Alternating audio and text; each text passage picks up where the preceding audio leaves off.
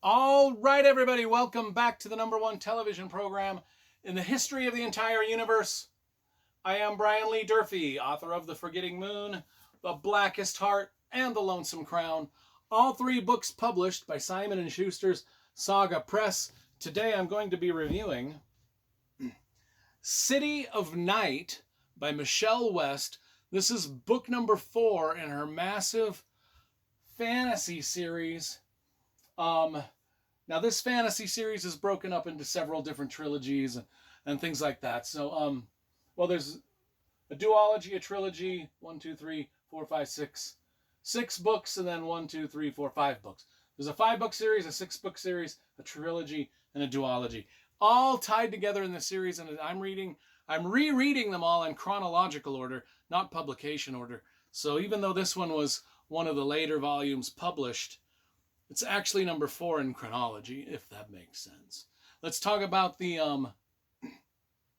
covers first, because you know I love graphic design and cover illustration. This Jody Lee is the illustrator. She illustrated all the books.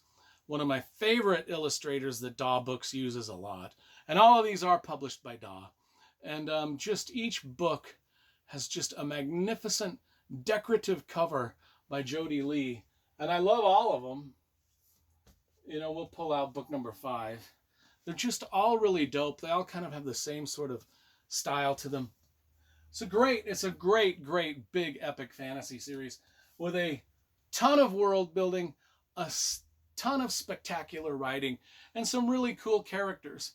So how does this one start out? It follows up off of there's a duology at first, and now this is book number 2 of the next trilogy. But all of them flow together. All these books flow together. You kind of need to read all of them to get everything. And I would suggest reading them in the same order I'm reading them, chronologically. And but anyway, there's a... Hold up, my thing just fell. We'll edit that out. Okay, so to begin with, there's a 100-page prologue. Actually, it's only about 70 pages. 70-page prologue, which is a long-ass prologue, about a character named Angel, a young boy running from something, or else running towards something, but he's kind of adrift on this ship with Tarek, the captain of the ship, and they're going to Averalan, the main city, and he's got a mission, a quest, things like that. We learn all about his past, we learn why he's going. All of this stuff is laid out for us in this 70-page prologue. And then once we get to the city, the main story is taken over by our main character, Jewel, who is pivotal to these first 4 books that we've already read and reviewed on the channel. And pivotal to the story, she's the main character here, and she is a small-time thief, a kid.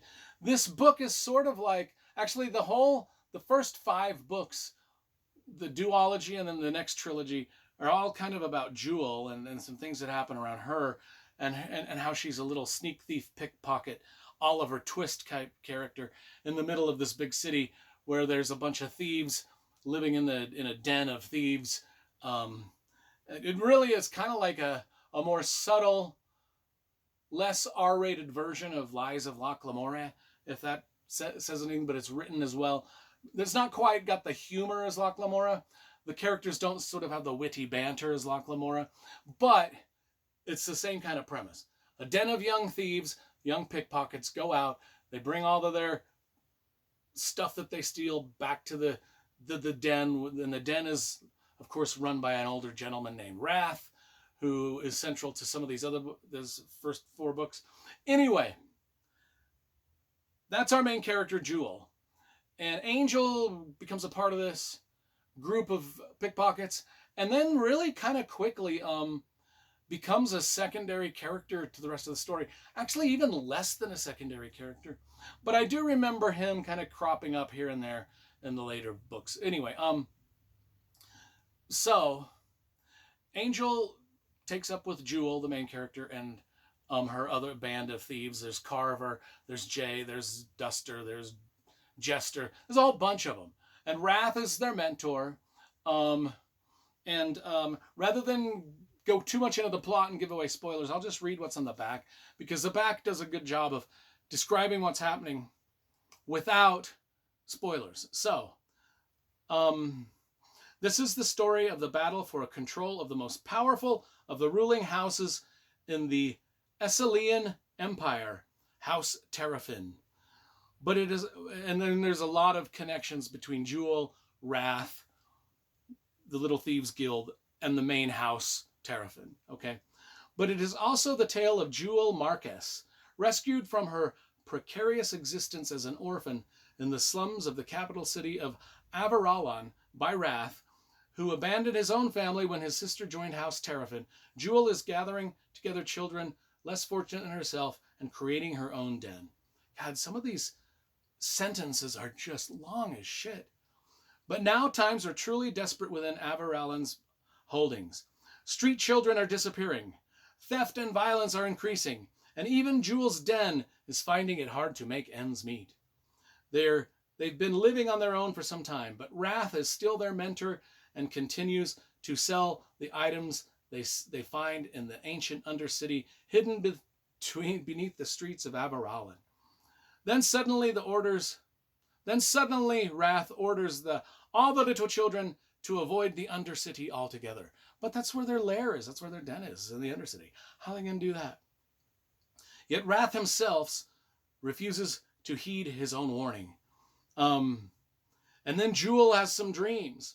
Instead, he allies with the mages of the Order of Knowledge in a secret war against the demonic foes, knowing he'll be targeted for death or even worse. In a last attempt to protect Jewel and her den, Wrath provides a note of introduction to the head of House Terrafin, the sister he'd sworn never to contact. So Wrath has a sister in the main house. He's going to introduce the Den of Thieves to the sister. Oh, that can't go spectacularly, I don't think. But anyway, it's a very good Oliver Twist-esque story, very Lies of Locke Lamora-esque story, but done with its own certain charm and great writing and different plot lines and things. It's actually really good. I really like the series a lot. This is one of the more well-written, big fantasy series that I collect, and I love all of these books. I'm going to give this a solid 9.5 out of 10. City of Night, book number 4 by Michelle West.